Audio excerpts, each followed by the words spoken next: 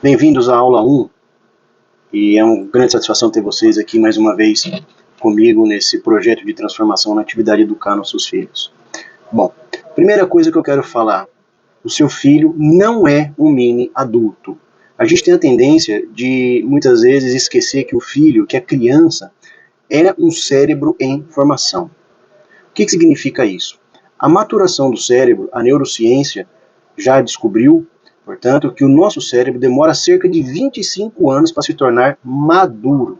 O que é isso? Plenamente trabalhar na sua plenitude. Portanto, uma criança de 3, 4, 5, 6 anos vai passar até os 12, depois vem a adolescência, que é um outro processo.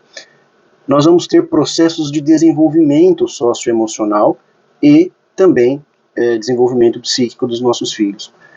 É importante a gente lembrar disso, por quê? Porque muitas vezes a gente tem a tendência de educar e de trabalhar e de conversar com os nossos filhos de forma a vê-los como um mini adulto. Então a gente tem que levar em consideração, muitas vezes, que a raiva do teu filho não é simplesmente uma birra. Ela é, na verdade, uma incapacidade emocional naquele momento de falar o que ela quer, por exemplo, porque ela não tem vocabulário suficiente, ou um vocabulário como de um adulto. E muitas vezes, quando a gente fala com os nossos filhos, eles também não entendem porque o vocabulário nosso, a nossa forma de falar, muitas vezes tem palavras que eles também não compreendem. Então a primeira situação é, sempre que você educa um filho, né, a atividade de educar um filho é sempre ter a tolerância dos porquês. Quando a criança começa a perguntar e perguntar para nós o porquê, significa que o cérebro dela deu um passo além, que é o passo de ligar ideias e pensamentos. Então, quando ele pergunta alguma coisa, a gente deve responder sempre lembrando que é uma criança e é, portanto, um cérebro em desenvolvimento. Então, ele não é um mini adulto. A gente tem essa tendência muitas vezes. E isso leva, esse processo de amadurecimento é um processo que, quando a gente leva a atividade de educar de uma forma positiva, através de práticas educacionais positivas, ela vai gerar uma necessidade, muitas vezes, que a gente tenha paciência. Por quê? Porque o cérebro infantil está trabalhando, está se educando, está se moldando. No primeiro passo, é muito simples você realizar a atividade de educação de um filho. É sempre baseado na observação, no limite do seu filho, quer dizer, a gente não pode querer que um filho tenha algo além do que ele pode dar para nós, principalmente naquele momento, e para os outros. Então isso é um primeiro passo. Entender que a birra é um processo é o primeiro passo. O segundo passo é observar aquela birra e aí partir para um processo de limitação. O que é limitação? Por exemplo, exercitar a tolerância da frustração. É um processo muito difícil. Porque no primeiro momento a criança ela é egocêntrica. O que é isso? Ela não vai entender que o que ela quer os outros não querem. Então, o que acontece? Ela pensa, é como se o cérebro da criança pensasse assim, bom, se eu quero, todo mundo quer o que eu quero. E aí quando você diz não, ela diz, mas como não? Todo mundo quer isso, todo mundo quer essa bala. Por exemplo, comer o doce antes do jantar. Então, é importante que a gente trabalhe isso e entenda, porque sempre na relação mãe, pai, cuidador, bebê, filho, né, vamos dizer criança, o cérebro completo é o nosso. O melhor deve ser o nosso, nem sempre é também. Muitas vezes a gente vê discussões de crianças e mães e pais que a gente fica ali distinguindo quem é a criança, né? Quem é o cérebro infantil. Então a criança grita, os pais gritam, a criança grita, os pais gritam, aí a criança faz a birra de se jogar no chão, o pai, como é adulto, ou a mãe faz um outro tipo de birra, vamos assim dizer, não vai se jogar no chão porque já é adulto, mas é importante a gente lembrar que o cérebro desenvolvido é o nosso, dos pais. Então, qual é a função paterna e materna, né? Quando eu falo pai e mãe, eu estou dizendo aqui do cuidador ou dos cuidadores principais. Podem ser avós, podem ser casamentos ou relacionamentos homoafetivos, enfim. Mas o importante é que haja uma figura paterna e a figura materna. Nossa função como pais, a nossa função é justamente essa, é o que é integrar o cérebro dos nossos filhos. Então, de forma muito simples, nós temos uma parte do nosso cérebro, que é uma parte mais antiga na formação do nosso cérebro, lembrando que o neocórtex é algo recente na evolução da humanidade, né, na evolução da nossa espécie. Nós estamos falando aqui de um processo histórico muito longo, mas para a gente aqui não ir muito além, eu quero ser mais rápido. Essa parte do cérebro, eu costumo dizer que o nosso cérebro, o cérebro de uma criança e o cérebro do ser humano, é como se fosse um sobrado. Como assim? Os pilares do sobrado, a parte inferior, por exemplo, a parte reptiliana, então são as partes imediatas, são aquelas partes que trazem as emoções imediatas, o medo, a fome, por exemplo, a raiva, são aquelas situações que nos fizeram, aquelas emoções que nos fizeram chegar aqui até hoje, como seres humanos. Por quê? Porque se você não tivesse medo lá no início da nossa evolução, você era devorado. Só os que tinham medo sobreviviam. Por quê? Porque este medo fez com que nós tivéssemos justamente a capacidade de evoluir. É uma evolução da humanidade. Então, o problema não é o medo. Nunca é a emoção. O problema é sempre o comportamento que vem da emoção.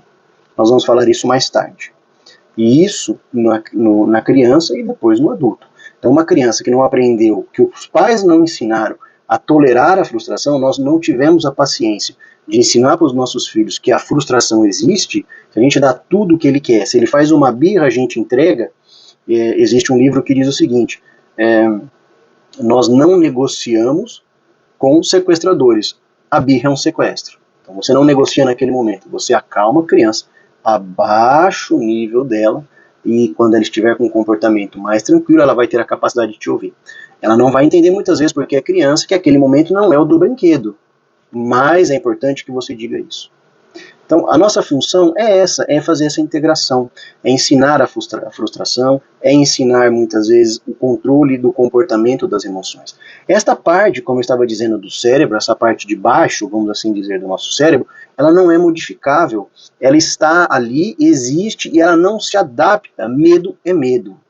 É a parte de cima do nosso cérebro que é uma construção, que é justamente a parte mais intelectual, mais racional. Então, basicamente, o que nós temos que fazer na educação dos nossos filhos é justamente isso, é trabalhar este andar de cima do cérebro. Por quê? Porque desperta uma raiva na criança e aí ela vai ter que aprender que a raiva precisa ser analisada, vamos assim dizer, para que esse comportamento dela possa, por exemplo, ser canalizada para o esporte e não na agressão de outra criança dentro da escola.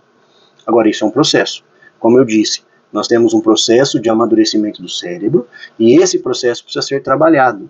Isso é muito importante, porque esses, além dos fatores, logicamente, genéticos que nós temos, os elementos de transformação da plasticidade, que a gente chama do nosso cérebro, o cérebro tem capacidade de se transformar, e aí estudos até da epigenética, assim, questões que vão muito além até da simples plasticidade, são trabalhadas justamente por nós, pelos cuidadores e pelos pais. Para que isso aconteça, o nosso cérebro precisa estar maduro. Um cérebro imaturo, ele vai fazer o quê? Ele vai trabalhar um cérebro e vai transformar um cérebro também imaturo. Esse é o problema da paternidade e da maternidade, se assim a gente pode dizer, porque a paternidade e a maternidade são momentos maravilhosos da existência, da nossa vida. É uma transformação sem igual, desde que a gente queira que isso aconteça. Porque nós temos, basicamente, 3 caminhos a seguir quando nós temos um filho. Que é, ou a gente vive aquele momento e faz com que tudo que nós aprendemos de bom e de ruim seja passado para os nossos filhos sem nenhum crivo, ou seja, sem a gente pensar, bom, eu apanhei, isso me fez mal, me fez uma pessoa ansiosa. Porque quem bate, né, aquela pessoa que apanha, não aprende a ter uma autoridade. Né? Não há uma autoridade do pai que bate. Há um medo do filho em relação ao pai violento. Agora, a autoridade é aquela que vai passando através de uma segurança, como nós vamos falar um pouquinho mais à frente. Então, transformar o seu filho em um cérebro seguro, integrado, é um processo cansativo, mas não deve ser estafante e esgotante. Então, o cérebro vai evoluindo, nós temos, então, estas partes que podem ser trabalhadas, a parte de cima do cérebro, mas isso depende também, muitas vezes, da nossa própria transformação. Por quê? Porque são nestes momentos em que a gente tem que parar e repensar, e isso é automático, é até inconsciente, tanto no pai quanto na mãe, muito mais forte na mãe do que no pai, mas a mãe vai vivenciar isso tanto quanto o pai, e o pai tanto quanto a mãe, justamente os momentos de negativos da nossa criação, como nós fomos criados aos avós. Então engole o choro, cala a boca, né? Isso traz problemas muito graves lá na frente para a vida do adulto. Então, esses são os momentos que a gente deve refletir e fazer diferente. Mas o fazer diferente é difícil para nós, porque como todo vício, lembra que o nosso cérebro ele trabalha com padrões. Então a gente cria um padrão da violência, por exemplo, porque foi assim que a gente foi educado. Então a tendência é que você também bata no seu filho, que você também desfaça do seu filho. Não é só a violência física. É tão dolorosa quanto a violência, muitas vezes, moral. Você não vai ser nada se você não me ouvir. Eu não sei porque você nasceu. Você vai deixar o papai muito triste, né? Você se vitimizar toda hora. Você vai criando uma insegurança que vai refletir lá na frente. E, na verdade, todo mundo quer que os filhos sejam felizes. Todos nós queremos isso. A gente faz o nosso melhor, mas o nosso melhor nem sempre é o melhor. Porque muitas vezes a gente, para se tornar melhor, a gente precisa se transformar. Também como adultos, na educação dos nossos filhos. Eu costumo dizer que quando a gente é pai, quando a gente é mãe, nem o nosso corpo nos pertence. Então, eu digo, né, a gente, por exemplo, toma conta da saúde, porque a gente sabe que a vida hoje é uma vida muito mais difícil, o diploma não é, por exemplo, a única saída, né, antigamente você tinha um diploma de médico, de advogado, enfim, você estava empregado, muito bem empregado, hoje não é bem assim. Então a vida está se tornando cada vez mais competitiva, cada vez mais intelectualizada, e há necessidade, portanto, que a gente tenha filhos emocionalmente mais seguros, mais equilibrados, e que tenham a capacidade de resiliência. O que é a resiliência? De transformar aquele momento ruim, aquele momento negativo, em resumo é isso, né? Pegar as coisas negativas e transformar em força, em combustível para uma transformação positiva. Então, nunca se estudou tanto sobre a infância, nunca se analisou tanto o cérebro, né, a capacidade de transformação do cérebro, e nunca se estudou tanto o impacto de uma maternidade ou de uma paternidade que nós chamamos de parentalidade positiva e segura na vida de uma criança, de um bebê e depois na vida de um adulto. Então, isso é muito importante porque isso está relacionado a muitos fatores, né? A forma como a gente integra o cérebro, né, as partes inferiores, superiores, a parte direita do cérebro, a parte esquerda do cérebro do seu filho, isso é um exercício nosso de construção dos pais e dos cuidadores. Isso vai impactar diretamente na vida do seu filho, nas tendências positivas ou negativas, como o uso de álcool, de drogas, relacionamentos tóxicos, né, de relacionamentos de namoro, de casamento, isso tanto da mulher como em relação ao próprio sexo masculino, em relação ao próprio homem. Então, isso é muito importante, e tudo isso que eu estou dizendo, ele vai impactar depois no desgaste do dia a dia dos nossos filhos. Como eu sempre digo, já disse na introdução, a gente pode estar cansado de educar um filho, isso é natural, não tenha sentimento de culpa em relação a isso. Às vezes você fala, ai meu Deus do céu, eu estou muito cansado, eu preciso caminhar, dê um tempo para você, como a gente vai ver mais adiante, isso é importante para que o esgotamento não aconteça, mas a gente não pode fazer com que isso se torne crônico, porque quando isso se torna crônico, o que acontece é que você vai ter uma necessidade, às vezes, de abandono emocional do seu filho.